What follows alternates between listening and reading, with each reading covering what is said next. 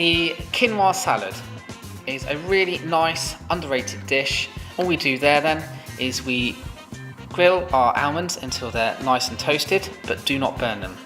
In our pan, we fry off our spring onions, our peppers, and our chili flakes, and then after 2 to 3 minutes, we will add in our washed quinoa.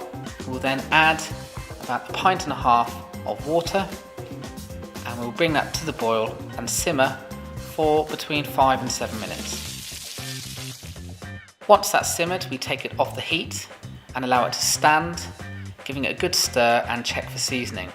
Once the quinoa has cooled slightly, we'll then add our flaked almonds into it and then transfer that onto our presentation dish.